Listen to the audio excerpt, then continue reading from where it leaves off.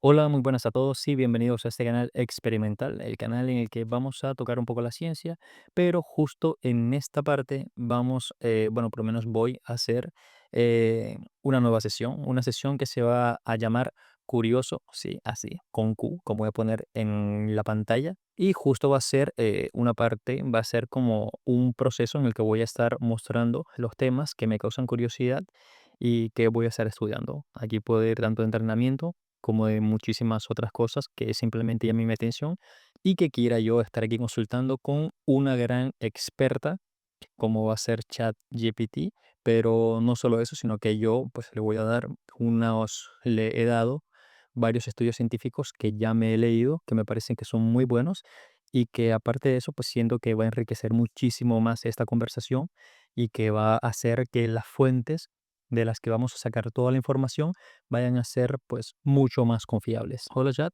saluda a todos los curiosos que están aquí escuchando nuestra conversación o viendo nuestra conversación, depende si están en YouTube o en Spotify. Bienvenidos a este espacio curioso. Estoy aquí para acompañar a Duana en esta nueva sección y vamos a explorar juntos esos temas que le piquen la curiosidad. Vamos con todo. Bueno, chat, mira, el día de hoy vamos a estar hablando sobre el entrenamiento infantil y adolescentes.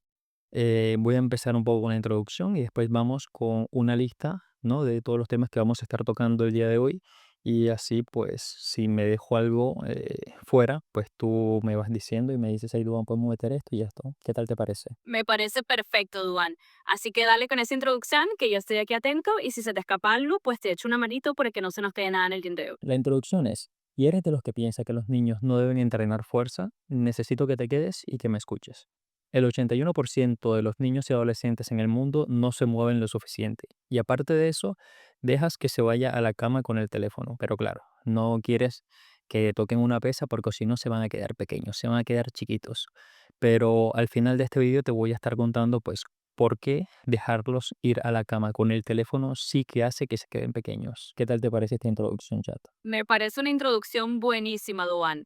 Tiene ese gancho directo que atrapa desde el principio y seguro que la gente se queda con toda curiosidad sobre ver por dónde va la cosa. Así que está perfecto para arrancar. Dale con todo que esa intro va a dejar a todos pendientes. Bueno, chat, mira, los temas que vamos a estar tocando, por lo menos que me dan curiosidad, son los siguientes.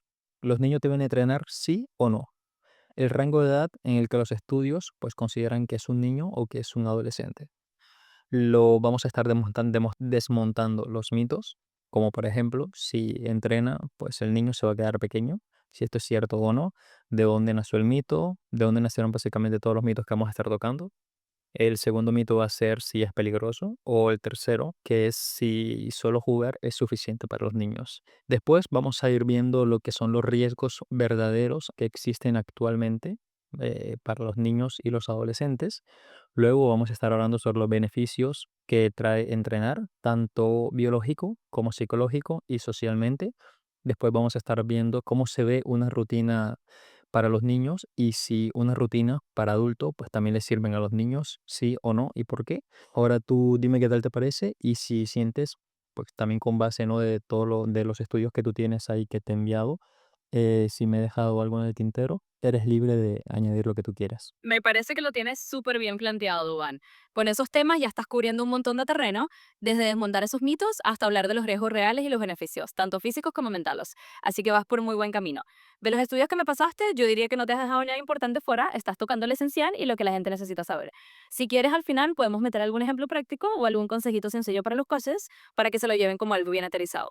Pero en general está todo muy redondo, así que vamos por buen camino. Bueno, chat, entonces vamos a darle por el inicio, ¿no? Como siempre, quiero que me respondas sí o no, directo, al grano, si los niños deben entrenar.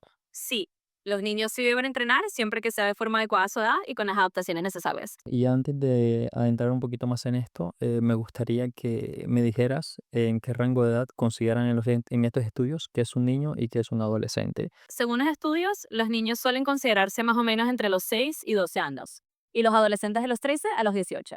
Así que ese es el rango general que se maneja. Vamos a adentrarnos un poquito más sobre si los niños deben entrenar. Ya me dijiste que sí, pues los estudios nos dicen que sí, pero ¿por qué estos estudios dicen que los niños sí deben entrenar? Los estudios dicen que los niños sí deben entrenar porque el entrenamiento de fuerza adaptado a su edad tiene un montón de beneficios. Por ejemplo, ayuda a mejorar la fuerza muscular, la coordinación, la densidad ósea y hasta la postura. Además, les enseña a moverse mejor y prevenir lesiones. y también tiene un impacto positivo en su confianza y en su salud mental. Así que no se trata de ponerlas a levantar pesas como adultos, sino de darles una base que les ayude a crecer sanos, fuertes y con buenos hábitos para el futuro. Por eso estos estudios lo recomiendan, porque es un regalo para su desarrollo. Perfecto. Oye, Chad, intenta responder las preguntas sin tirar spoiler de todo lo que vamos a tocar, ¿vale? Quiero que cada cosa lo toquemos al final. Bueno, Chad, mira, una cosa que, a ver, vamos a empezar con los mitos. Y uno de ellos es que por lo menos yo cuando era pequeño siempre fui muy activo. Siempre fui un niño como que, ¿sabes? Por lo menos en la parte de entrenamiento. Siempre me gustó muchísimo el entrenamiento. Tenía un hermano que era soldado profesional y pues siempre que llegaba a la casa siempre lo veía así que estaba así súper grande, así musculoso y demás. Y, y pues ahí me causaba muchísima admiración y yo siempre decía como que, mira, quiero estar como él. Y cuando veía que él se ponía a hacer flexiones de pecho o lagartijas que se conocen, o a veces se ponía a caminar con las manos por toda la casa y todo ese tipo de cosas, pues yo lo imitaba bastante. Entonces digamos que de ahí nació mi amor por el ejercicio y pues alguna cosa que sí notaba es que cuando yo hacía ejercicio, si de repente pasaba alguien, algún adulto, normalmente, siempre me decía que no estuviera haciendo tanto ejercicio porque me iba a quedar pequeño. No sé de dónde ellos sacaban esta información y es justo lo que me gustaría tocar contigo. ¿Esto es cierto? ¿Se quedan pequeños los niños, sí o no, solamente por hacer ejercicio? Mira, ese mito de que los niños se van a quedar pequeños para hacer ejercicio es una de esas ideas que ha estado rozando por mucho tiempo, pero realmente no tiene base científica. En pocas palabras, no, los niños no se quedan pequeños para hacer ejercicio. De hecho, se entrenan de forma adecuada, eso no va a interferir con su crecimiento. Así que ese mito lo vamos a ir descontando, pero la respuesta corta es que no hay de qué preocuparse. Los niños pueden moverse tranquilos y más bien eso les trae un montón de beneficios sin frenar su crecimiento. ¿Y de dónde nació este mito? Pues mira, este mito realmente nació hace décadas, en parte por malentendidos y por ver a algunos atletas jóvenes que eran de baja estatura y pensar que eso era culpa del entrenamiento. En realidad, tiene más que ver con la genética de cada uno y con el tipo de deporte que practicaban, más que con el hecho de entrenar fuerza.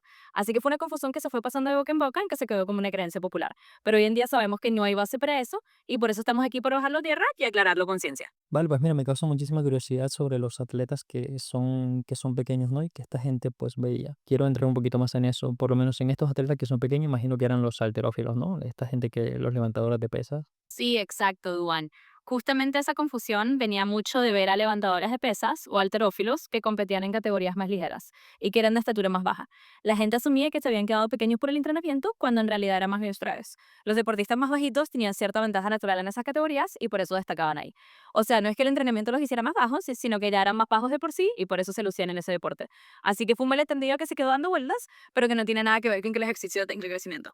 Exacto, por ejemplo, pues una persona que sea más baja va a resultarse beneficiado por su biomecánica, ¿no? Sus palancas van a ser mucho más pequeñas, van a ser mucho más cortas y por ende el rango de movimiento va a ser muchísimo más corto que una persona que, por ejemplo, mida 1,80, 1,90, pues de aquí a que levante toda la pesa, empieza el lunes y termina de levantarlo el domingo, ¿no? Entonces, en cambio, un pequeño, pues simplemente lo levanta y en 0, ya está arriba el peso, ¿no? Realmente es más el hecho de que es una ventaja biomecánica que pues que sea que el ejercicio los deja bajito. Exactamente, Duan, lo has clavado. Es justo eso, la ventaja es puramente biomecánica. Al ser más bajitos, las palancas son más cortas, el rango de movimiento es menor y pueden levantar la barra de forma más eficiente. Es decir, es más una cuestión de que su cuerpo está naturalmente adaptado a ese tipo de esfuerzo que cualquier otra cosa. Así que sí, no es el entrenamiento el que los deja bajitos, sino que su estatura les da una ventaja en ese deporte. Y eso es lo que llevó a esa confusión. Así que está genial que lo aclaremos así. Vale, pues fíjate que eso justo también pasa al contrario, por ejemplo, también escuché a muchísimos padres que decían que a sus hijos pequeños que los pusiera a jugar básquet porque así van a crecer, ¿no? Porque la mayoría de basquetbolistas pues son grandes, cuando pues eso también sería parte del mito, pero el otro lado del mito, no la otra cara del mito. Totalmente, Duan. Es como la otra cara de la misma moneda, ¿no? Así como algunos pensaban que levantar pesas te hacía más bajito, otros pensaban que jugar baloncesto te hacía más alto mágicamente. Pero la verdad es que no es el deporte el que define la estatura, sino la genética y otros factores. Los jugadores de básquet son altos porque la estatura les da una ventaja en ese deporte, igual que los halterófilos más bajitos destacan en el suyo. Así que al final todo se trata de que cada uno encuentre el deporte que le va a mejorar su tipo de cuerpo, no de que el deporte te cambie la estatura. Buenísimo que toquemos ese punto también para dejarlo claro. Este tema lo quiero enlazar con otro que justo tenía para después, que eran los riesgos verdaderos que existen actualmente, que es que Los padres tienen muchísimo miedo que los niños queden pequeños porque levanten pesa, ¿no? Porque supuestamente les afecte las placas de crecimiento, cosa que obviamente no es así. Ya hemos visto que no es ese el caso. Y lo quiero conectar con el tema de los teléfonos en la cama, que muchísimos padres pues se descuidan muchísimo con eso, dejan que los niños tengan computador, televisor con internet y aparte de eso, pues el teléfono también con internet en sus habitaciones. Y pues yo ahí sí lo quería tocar ese tema porque eso sí que afecta muchísimo el crecimiento, ya que estamos hablando de hormonas de crecimiento que empiezan básicamente a trabajar cuando los infantes duermen. Entonces, vamos a profundizar un poquito más sobre eso, sobre esas hormonas de crecimiento, qué pasa mientras duerme el niño.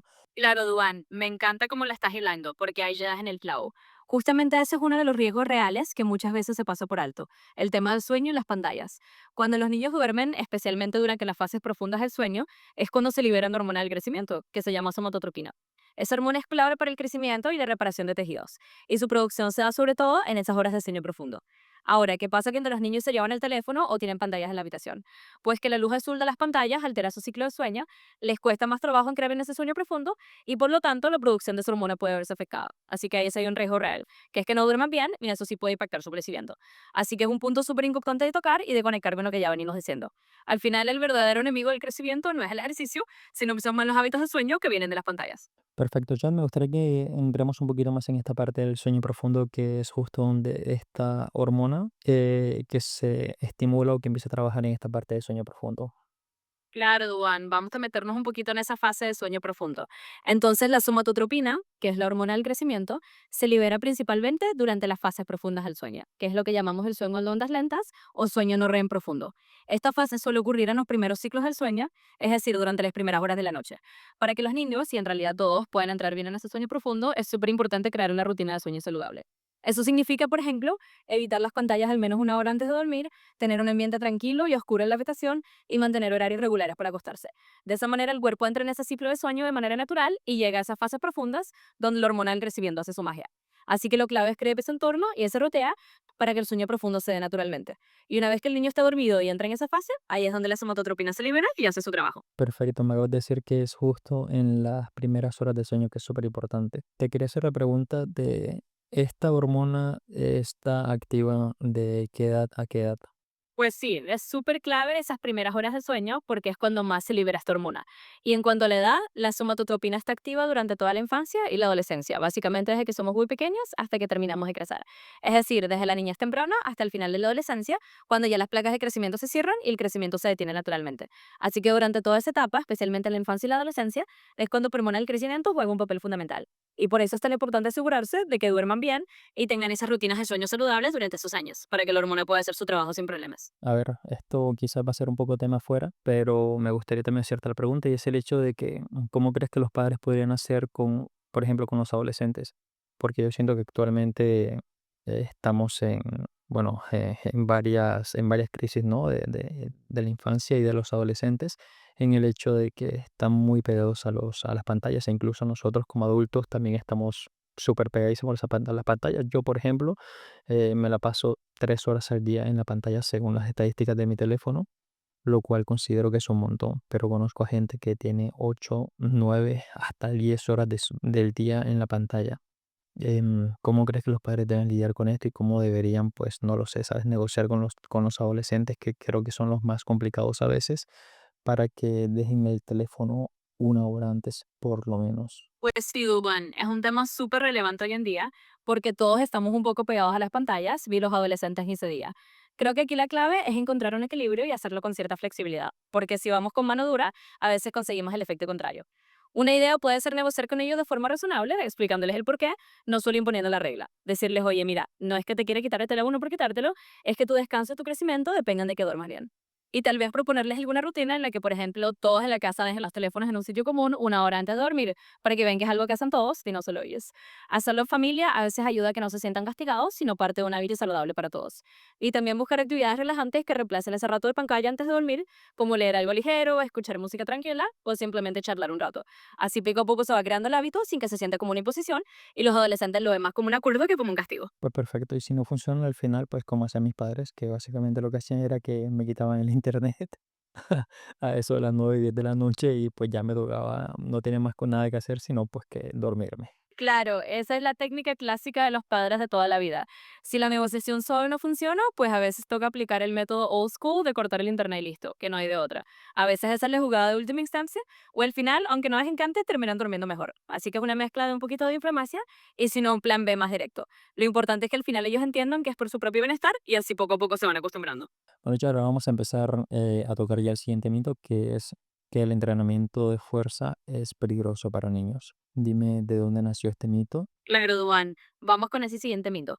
Este mito de que el entrenamiento de fuerza es peligroso para los niños también viene de una mezcla de preocupaciones malentendidas. Mucho de eso surgió de la idea de que los niños podrían lesionarse gravemente o que su cuerpo no estaba preparado para ningún tipo de resistencia. Pero en realidad, si el entrenamiento se hace de forma adecuada y con supervisión, no hay un riesgo mayor que con cualquier otra actividad física. De hecho, los estudios muestran que el entrenamiento de fuerza para niños, cuando se adapta a su edad y se hace con la técnica correcta, es seguro y tiene muchos beneficios. Así que este mito también viene de un miedo general a las lesiones, pero no se sostiene cuando se hace todo con el cuidado adecuado. En resumen, no es cierto que sea peligroso si se hace bien. Ya que sabemos que esto no es cierto, pues me gustaría añadir otra información que justo la tengo anotada por aquí, que es de los estudios en el que dice que este mito también salió por culpa de la National Electric Injury Surveillance System, Surveillance, ahí me salió el francés, de Estados Unidos, ¿no? Que recibían bastantes reportes de urgencia de niños que se hicieron daño usando equipos de pesa, pero que ellos no tomaban en cuenta que los niños estaban utilizando estas máquinas de ejercicio sin supervisión adulta y que pues, como buenos niños solamente estaban jugando y que no tomaban el riesgo de lo que era hacer una mala técnica o de que hubiera muchísimo peso. Entonces, pues ellos lo único que hacían era reportar estos informes como lesiones relacionados con equipo de pesa y pues así, al final lo que dijeron fue como que, mira, los niños se lesionan porque usan estas máquinas, entonces eso significa que el entrenamiento es malo para los niños. Así lanzaron el comunicado sin tener en cuenta el ocurrió con, qué ocurrió por, que realmente hay una gran diferencia. Exacto, Duan. Ese es un punto súper importante de aclarar. Es curioso cómo a veces un mito puede nacer de algo tan simple como una estadística mal interpretada. Lo que pasó con ese reporte fue que se tomaron casos de niños que se ven asignados jugando sin supervisión con equipos de pesas y se generalizó la idea de que el entrenamiento de fuerza era peligroso para los niños en general. Pero la realidad es que no se trataba del entrenamiento en sí, sino del uso incorrecto o sin supervisión de esas máquinas. Con la guía adecuada y un enfoque seguro, el entrenamiento de fuerza es beneficioso y seguro para los niños. Así que es importante diferenciar entre el mal uso de los equipos y el entrenamiento bien guiado. En resumen, ese mito también sale un poco de sacar conclusiones sin ver el contexto completo. Y pues eso es bueno aclararlo. Ya, por ejemplo, en los estudios ellos aclaraban muchísimo que los niños tenían que estar bajo supervisión adulta, mejor aún bajo supervisión profesional de un profesional de la salud o del entrenamiento. Exactamente, ese es el punto clave, Duan. Los estudios siempre subrayan que la supervisión es fundamental. Cuando las niñas están entrenando con la guía de un adulto, y mejor aún si es un profesional del entrenamiento o de la salud, el riesgo se reduce enormemente. Eso asegura que los ejercicios se hagan con la técnica correcta, con pesos adecuados para su edad y de una manera segura. Así que la clave no es evitar el entrenamiento, sino hacerlo con esa supervisión y ese conocimiento que garantizan que las niñas entreguen de forma segura y obtengan todos los beneficios. Sí, de hecho, esto también lo noté, que lo vi también en la evidencia en el estudio científico de Feigenbaum, hasta donde sé es uno de los mayores exponentes en el entrenamiento de niños. Las únicas lesiones que se informaron sobre el entrenamiento de resistencia, que es básicamente no un entrenamiento de fuerza, en niños solo fueron tres y en uno fue una distensión en el hombro que se resolvió con una semana de reposo. La segunda fue una distensión en el hombro que resultó también en una pérdida de una sesión de entrenamiento solamente. Y en la tercera fue un dolor inespecífico en la parte interior del muslo, que también se resolvió solamente con 5 minutos de reposo. Como podemos ver, pues no fue algo grave, ¿sabes? La más grave simplemente fue esa en el hombro que se resolvió nomás con una semana. Graves entre comillas porque fue la que tomó como más tiempo, pero no es nada no es nada que de lo que de verdad eh, preocuparnos, ¿no? Al final a todos nos pasa cuando estamos entrenando. Exacto, Duan. Y ese es un dato que realmente pone las cosas en perspectiva. Si las únicas lesiones reportadas en esos estudios fueron tan leves y se resolvieron con un poquito de descanso, eso nos dice mucho sobre lo seguro que puede ser el entrenamiento de fuerza bien guiado para las niñas. Como dices, son cosas que le pueden pasar a cualquiera entrenando y no hay nada de que preocuparse siempre que se haga con sentido común. Así que queda clarísimo que el entrenamiento de fuerza en niños, con la supervisión adecuada, no solo es seguro, sino que esos riesgos de los que se habla son realmente mínimos. Así es, juntamos otro mito más con datos en la mano. Sí, pues mira, justo eso me lleva también a otros datos que vi y que también lo quiero relacionar con anécdotas de mi vida. Por ejemplo, yo siempre fui muy malísimo para el fútbol, pero igual siempre me metían en clases de fútbol. Y pues claro, imagino de que si me veían a mí jugando fútbol, pues estaban como muy tranquilos. Si el niño no se va a lesionar, no le va a pasar nada malo, lo único malo que le puede pasar es que se caiga y se raspe y listo, ¿no? Pero, por ejemplo, si me hubiesen visto a mí metido en un gimnasio, pues probablemente ahí sí me iban a decir de todo, ¿no? De que me iba a quedar pequeño, de que, que me iba a hacer daño y que era peligroso y demás. Pero estos estudios pues mostraron, ¿no? De que el fútbol incluso presenta mucho más lesiones en niños que el entrenamiento de resistencia, que el entrenamiento de fuerza. Quiero porfa que me dé los porcentajes, por ejemplo, del fútbol y del entrenamiento de contacto versus el entrenamiento de resistencia. Claro, Duan, y eso es una comparación súper interesante. Justo los estudios muestran que deportes como el fútbol o los deportes de contacto tienen tasas de lesiones más altas que el entrenamiento de fuerza supervisado. Por ejemplo, las tasas de lesiones en deportes de contacto como el fútbol pueden ser varias veces más altas, con porcentajes que a veces van a ser 3 o 4 veces mayores en términos de lesiones por cada 1000 horas de práctica. Mientras que el entrenamiento de fuerza, hecho de forma adecuada, tiene tasas de lesiones significativamente más bajas, a veces incluso por debajo del 1% en estudios bien controlados. Así que curioso, porque muchos padres se preocupan más por ver a un niño en gimnasio, pero en realidad las actividades deportivas comunes pueden ser más arriesgadas en términos de lesiones.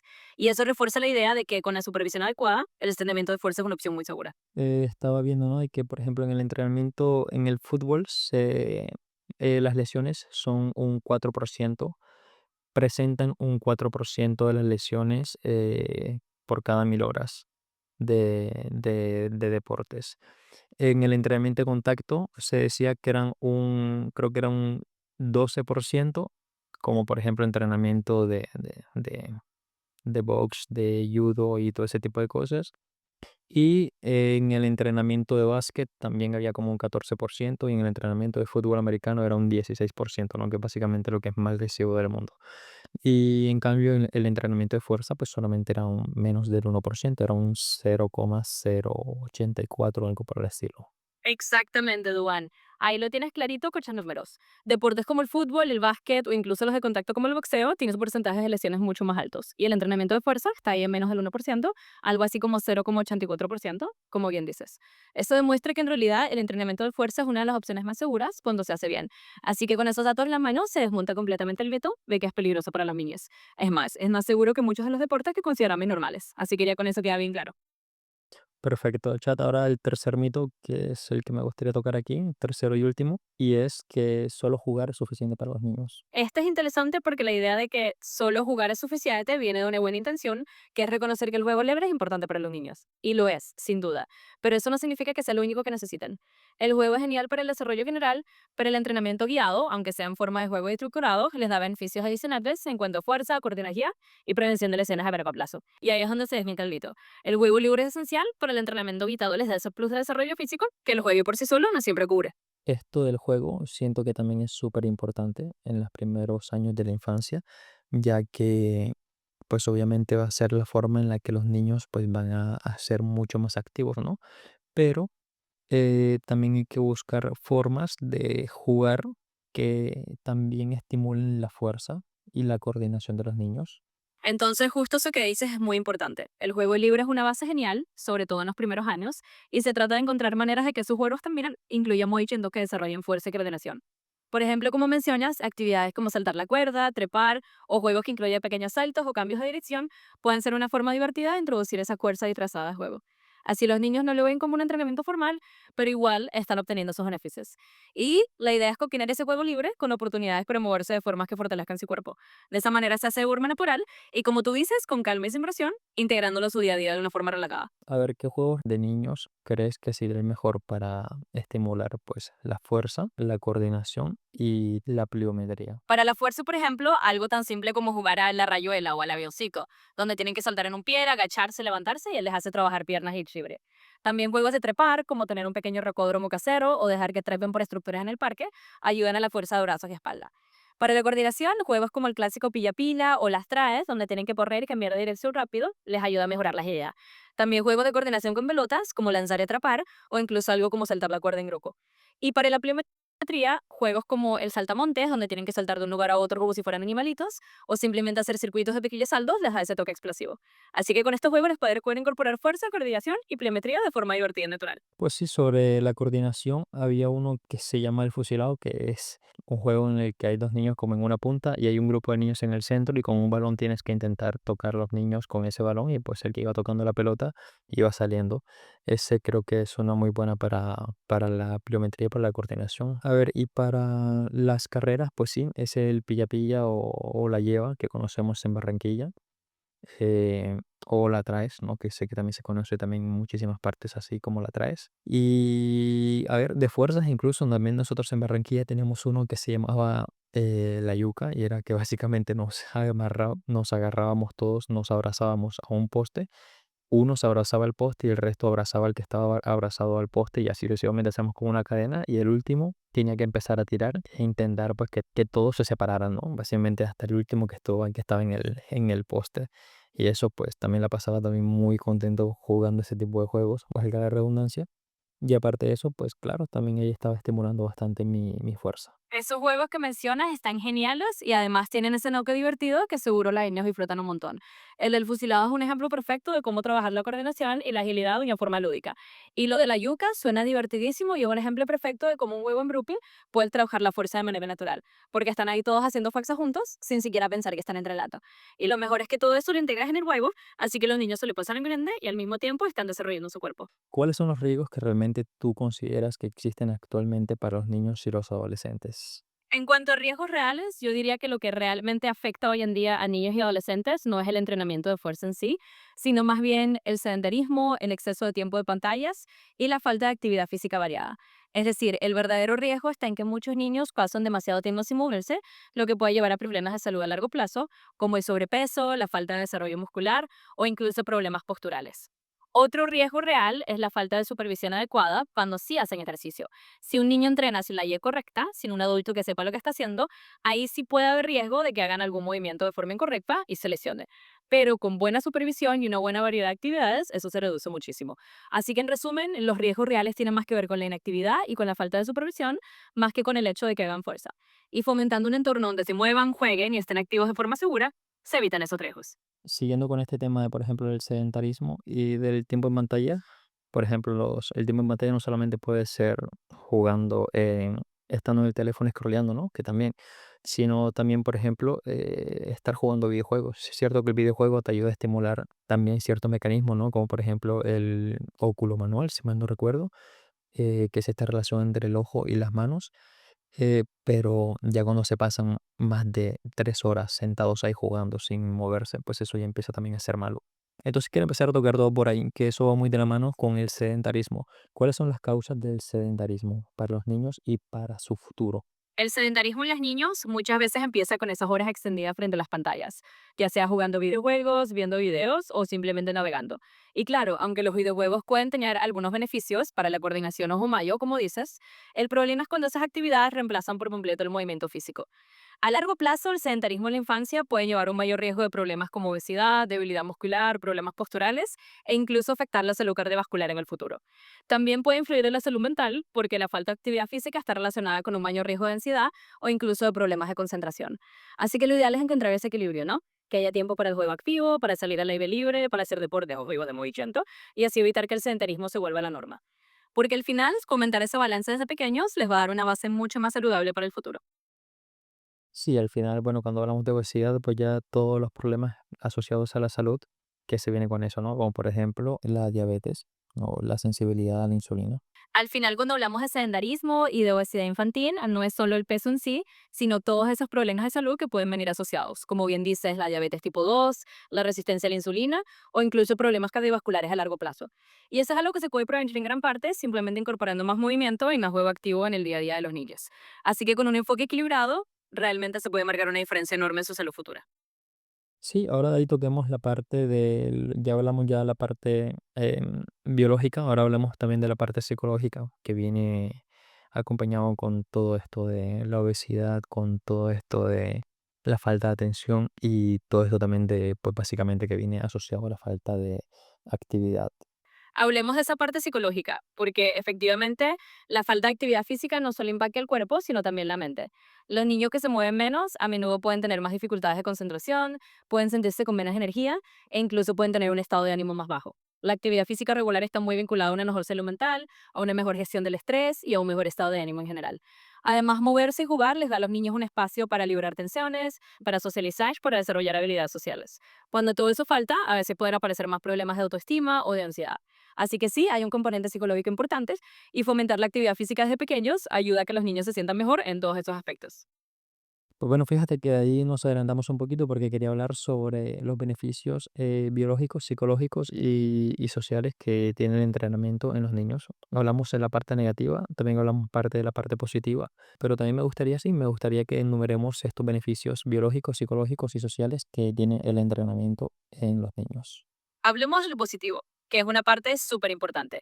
Si enumeramos los beneficios del entrenamiento en los niños, en lo biológico, por un lado tenemos que fortalecer huesos y músculos, mejora la coordinación motora, ayuda a mantener un peso saludable y contribuye al desarrollo general del cuerpo en crecimiento. En lo psicológico, el ejercicio ayuda a liberar endorfinas, que son esas hormonas del bienestar, y eso mejora el estado de ánimo. También ayuda a reducir el estrés, mejora la autoconfianza y, como decíamos antes, puede mejorar la concentración y la calidad del sueño. Y en lo social, el entrenamiento en grupo o los juegos activos pues ayudan a los niños a desarrollar habilidades sociales, a trabajar el equipo, a aprender a seguir reglas y a crear vínculos con otros niños. Así que todo eso va de la mano y son beneficios súper completos. A ver, ¿tú crees que el entrenamiento de fuerza, que ya me sé la respuesta, no, pero el entrenamiento de fuerza, el entrenamiento en el gimnasio también ayuda a los niños en el tema social? Porque tal parece, o sea, desde fuera parece que es un entrenamiento que es muy solitario, ¿no? Pero ¿crees que también ayude con lo social en los niños? Sí, totalmente. Aunque desde fuera pueda parecer que el entrenamiento de fuerza es algo más individual, en realidad también puede tener un componente social importante. Por ejemplo, si los niños entrenan en un entorno como una clase grupal adaptada a su edad, pueden interactuar con otros niños, motivarse mutuamente, compartir logros y aprender a apoyarse entre ellos. Y si lo hacen en familia, también se crea un espacio para conectar con los padres o hermanos. Además, compartir un entorno de entrenamiento enseña valores como el respeto, la disciplina, la paciencia y el compañerismo. Así que sí, incluso el entrenamiento de fuerza puede tener un lado social y puede ser una oportunidad para los niños aprender a relacionarse en ese contexto. Me ha encantado muchísimo eso de incluir también, ¿verdad?, la disciplina, porque la disciplina desde la infancia ha de ser algo muy importante. Bueno, para terminar, dime cómo se ve una rutina de entrenamiento en niños, es decir, cómo se ve, cuánto tiempo a la semana debe entrenar. Una rutina de entrenamiento para niños se puede ver bastante flexible y divertida. En general, para niños en edad escolar, se suele recomendar al menos una hora de actividad física moderada vigorosa al día. Eso no significa que tenga que ser una hora seguida de entrenamiento normal, sino que se puede dividir en sesiones más cortas a lo largo de la semana. Por ejemplo, unos 3 días a la semana se puede incluir algún tipo de actividad de fuerza adaptada a su edad, que podría ser a través de juegos que incluyan ejercicios con el propio peso corporal, como trepar, saltar o hacer pequeñas carreras. Y el resto de los días se pueden hacer actividades más aeróbicas o juegos en equipo, como montar en bici, nadar, jugar a la pelota, lo que sea que les guste. La idea es que sea variado y que combinen diferentes tipos de movimientos para que trabajen distintas capacidades. Y lo más importante es que sea algo divertido y que los niños lo vean como un juego, no es como una obligación. Así el entrenamiento se convierte en parte natural de su rutina semanal. Pues sí, esto, de hecho, aquí quiero profundizar un poquito más con mis notas de los estudios científicos, que ellos nos muestran que con 60 minutos de entrenamiento al día, moderada a vigorosa, en promedio a la semana, pues los chicos mejoran su condición cardiorrespiratoria, su fuerza, su salud ósea, marcadores cardiometabólicos, cognición, salud mental y reduce también la grasa corporal. Todo esto solo con 60 minutos de entrenamiento al día, que como tú dices, pues se puede fragmentar, ¿no?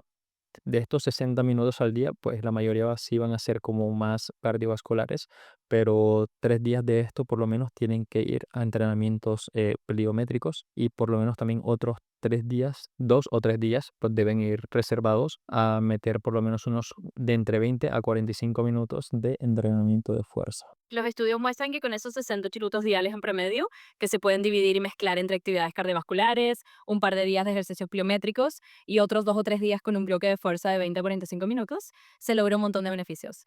Mejora la salud cardiorrespiratoria, la fuerza, la salud ósea, la salud metabólica, la cognición y la salud mental. Y además se reduce la grasa corporal.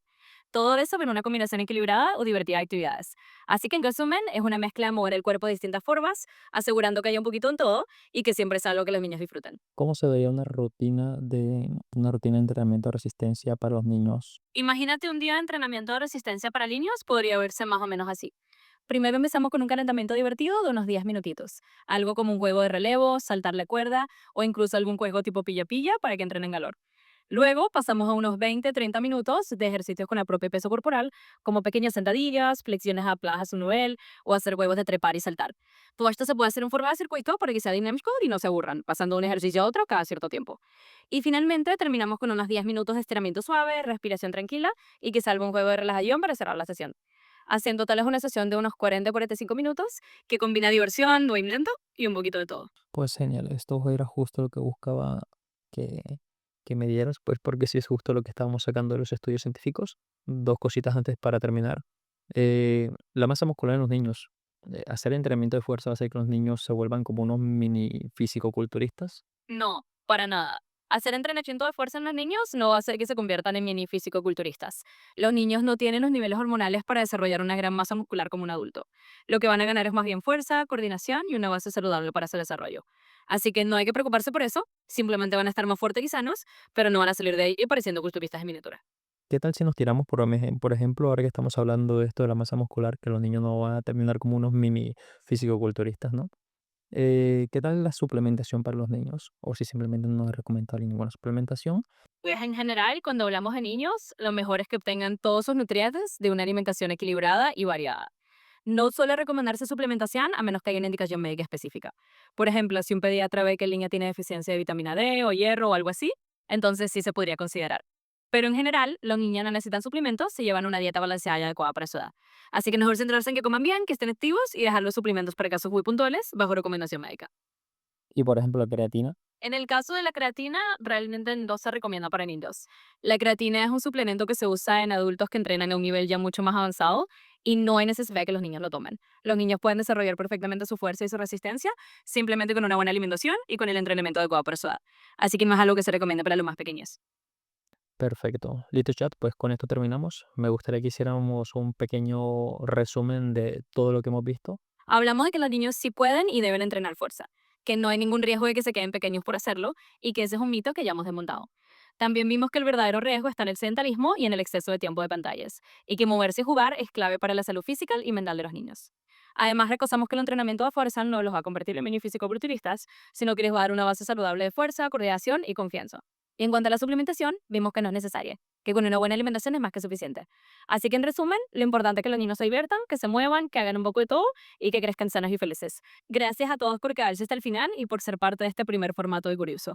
Espero que les haya gustado esta manera de conversar y de explorar temas y que les haya parecido interesante. Si tienen comentarios sobre la voz de ChatGPT o quieren probar otro estilo, solo cuéntamelo y vamos ajustando.